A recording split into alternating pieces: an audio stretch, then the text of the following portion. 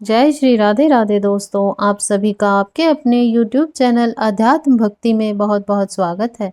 आइए आज आप सब सुनेंगे कार्तिक मास महात्म्य के 9वें अध्याय की कथा। यह तो आप सभी जानते ही हैं कि कार्तिक मास का आरंभ हो चुका है। यह पवित्र महीना कार्तिक स्नान, दान और तुलसी पूजा जैसी आध्यात्मिक प्रथाओं के लिए जाना जाता है, जिनके बारे में माना जाता है कि वे अनंत पुण्य प्रदान करने वाली हैं। मान्यताओं के अनुसार कार्तिक मास में किए गए अनुष्ठान व्यक्तियों के जन्म और मृत्यु के चक्र से मुक्ति पाने में मदद करते हैं। पुराणों के अनुसार कार्तिक मास में व्रत करने से हम पिछले कर्मों और पापों से मुक्ति पा सकते हैं। इस कार्तिक मास में विशेषतः सूर्य उदय और सूर्यास्त के समय घी का दीपक जलाने से हमारे जीवन में समृद्धि, धन धान्य और स्वास्थ्य आता है। यह हमारे जन्म मृत्यु के बीच की भौतिक इच्छाओं को भी जला देता है, जो अंततः हमें मोक्ष की ओर ले जाते हैं। इस महीने में भगवान विष्णु लंबे समय के विश्राम के बाद जागते हैं। इसी वजह से कार्तिक मास को धार्मिक दृष्टि से महत्वपूर्ण माना जाता है। कार्तिक मास कथा अध्याय श्रृंखला में पहले हम पिछले अध्याय यानी के 8वें अध्याय के मुख्य बिंदुओं को दोहराएंगे और फिर 9वें अध्याय श्रृंखला की ओर अग्रसर होते हुए आगे की कथा का श्रवण करेंगे। पिछले अध्याय में भगवान कृष्ण नारद जी को कार्तिक मास व्रत की उद्यापन की विधि के बारे में विस्तार पूर्वक बता रहे हैं। वह बता रहे हैं कि कार्तिक मास में व्रत रखने पर उद्यापन कैसे करना चाहिए। तो आइए अब सुनते हैं 9वें अध्याय की कथा। राजा पृथु बोले, हे श्रेष्ठ मुनि नारद जी, आपने कार्तिक मास के व्रत में जो तुलसी की जड़ में भगवान विष्णु का निवास बताकर उस स्थान की मिट्टी का पूजन करना बताया है। अतः मैं श्री तुलसी जी के महात्म्य को सुनना चाहता हूँ। तुलसी जी कहाँ और कैसे उत्पन्न हुई, यह बताने की कृपा करें। नारद जी ने कहा, राजन, आप सावधान होकर तुलसी जी की महत्ता तथा उसके जन्म का प्राचीन इतिहास सुनिए। एक समय जब देवगुरु बृहस्पति और देवराज इंद्र कैलाश पर्वत पर शंकर जी का दर्शन करने गए, तो भगवान शंकर ने अपने भक्त की परीक्षा ली।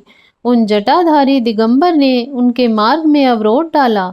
यद्यपि वह तेजस्वी, शांत, लंबी भुजा और चौड़ी छाती वाले गौरव वर्ण, अपने विशाल नेत्रों से युक्त तथा सिर पर जटाधारे वैसे ही बैठे थे, तथापि उन भगवान शंकर को ना पहचान कर इंद्र ने उनका नाम, धाम आदि परिचय पूछा और कहा, शंकर भी अपने स्थान पर है या कहीं गए हैं। इस पर उस तपस्वी ने कुछ न कहा, परंतु त्रिलोकी नाथ के ऐश्वर्य से गर्वित होकर इंद्र कब तक चुप रहते। उन्होंने क्रोध कर तपस्वी से घुड़क कर कहा, अरे, मैं पूछता हूँ, तू उत्तर क्यों नहीं देता? मैं अभी तुझे वज्र मारता हूँ, फिर देखता हूँ तुझ दुर्मति की रक्षा कौन करता है। ऐसा क्रुद्ध हो इंद्र ने ज्यों ही उस दिगंबर को मारने के लिए हाथ में वज्र लिया, त्यों ही भगवान शंकर ने वज्र सहित इंद्र का हाथ स्तंभित कर दिया और विकराल नेत्र कर भगवान शंकर ने उसे देखा। त्यों ही ऐसा विदित हुआ मानो कि वह दिगंबर प्रज्वलित हो उठा है और तेज से जला देगा। भुजाएं स्तंभित होने से इंद्र के क्रोध और दुख का अंत ना रहा, परंतु ज्यों ही बृहस्पति जी ने उस पुरुष को प्रज्वलित देखा, त्यों ही अपनी बुद्धि से उसको शंकर भगवान जानकर प्रणाम किया और दंडवत कर बहुत सी स्तुति भी की। फिर इंद्र ने भी भगवान शंकर से कहा, हे दीनानाथ, हे महादेव, अपना क्रोध रोक कर इंद्र के अपराध को क्षमा कीजिए। बृहस्पति के यह वचन सुनकर महेश्वर गंभीर वाणी से बोले, मैं अपने नेत्रों से निकाले हुए क्रोध को कैसे रोकूं? तब बृहस्पति जी ने कहा, भगवान, भक्तों पर दया करनी चाहिए। आप अपना भक्त वत्सल नाम सार्थक कीजिए। आप अपने इस तेज को कहीं और स्थापित कर इंद्र का उद्धार कीजिए। तब भगवान शंकर ने गुरु बृहस्पति से कहा, मैं तुम्हारी स्तुति से प्रसन्न हूँ। जो तुमने इंद्र को जीवन दान दिलवाया है, मैं विश्वास करता हूँ कि मेरे नेत्रों की अग्नि अब इंद्र को पीड़ित न करेगी। बृहस्पति से ऐसा कहकर भगवान शंकर ने अपने माथे से निकले हुए अग्निमय तेज को अपने हाथ में लेकर क्षीर सागर में डाल दिया। फिर लीलाधारी भगवान अंतर ध्यान हो गए। इस प्रकार जिनको जानने की इच्छा थी, उन्हें जानकर इंद्र और बृहस्पति अपने स्थान को चले गए। तो इस प्रकार से कार्तिक मास महात्म्य के 9वें अध्याय की कथा पूर्ण हुई। तो बोलिए प्रेम से भगवान विष्णु की जय, माता लक्ष्मी की जय, भगवान श्री कृष्ण की जय, तुलसी माता की जय, सर्व देवी देवताओं की जय। तो आइए अब सुनते हैं लपसी तपसी की कहानी। ऐसा माना जाता है कि इस कहानी को सुने बिना कार्तिक महात्म्य सुनने का सुफल प्राप्त नहीं हो पाता। तो लपसी तपसी की कहानी इस प्रकार से है। प्राचीन समय की बात है, एक गांव में दो भाई रहते थे। एक का नाम लपसी था और दूसरे का नाम तपसी। तपसी तो भगवान की तपस्या करता था और लपसी सवा सेर की लस्सी बनाकर भगवान को भोग लगाता और लोटा हिलाकर जीम लेता था। एक दिन दोनों लड़ने लगे। लपसी बोला कि मैं बड़ा हूँ और तपसी बोला कि मैं बड़ा हूँ।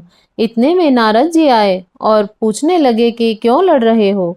लपसी ने कहा मैं बड़ा हूँ और तपसी ने कहा मैं बड़ा हूँ। तपसी बोला मैं सारे दिन भगवान की पूजा करता हूँ। नारद जी बोले कि मैं तुम्हारा फैसला कर दूंगा। दूसरे दिन तपसी नहा कर आने लगा तो नारद जी ने 1.25 करोड़ की अंगूठी उसके आगे फेंक दी। उसने आंख खोल कर देखा तो 1.25 करोड़ की अंगूठी पड़ी है।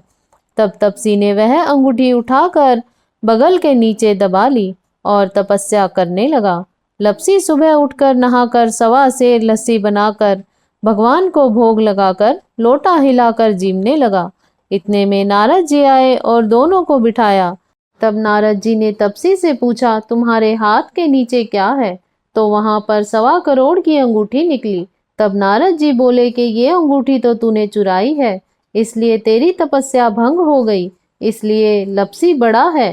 तपसी बोला महाराज मेरी तपस्या का फल कैसे मिलेगा। तो नारद जी बोले तेरी तपस्या का फल कार्तिक नहाने वाली देगी। फिर नारद जी बोले कि सबकी कहानी कहकर तेरी कहानी ना कहे तो कार्तिक का फल खत्म हो जाएगा। तो इस प्रकार से कार्तिक महात्म्य के साथ लपसी और तपसी की कहानी सुनने से कार्तिक महात्म्य का संपूर्ण फल प्राप्त होता है। अगर आप सब कार्तिक महात्म्य के आगे के अध्यायों की कथा का श्रवण करना चाहते हैं, यदि आप हमारे चैनल पर पहली बार आए हैं तो चैनल को सब्सक्राइब कर लें ताकि आने वाली वीडियो की नोटिफिकेशन आपको समय से मिलती रहे। वीडियो को लाइक करें, शेयर करें। सुखी रहें, स्वस्थ रहें। जय श्री राधे राधे। धन्यवाद।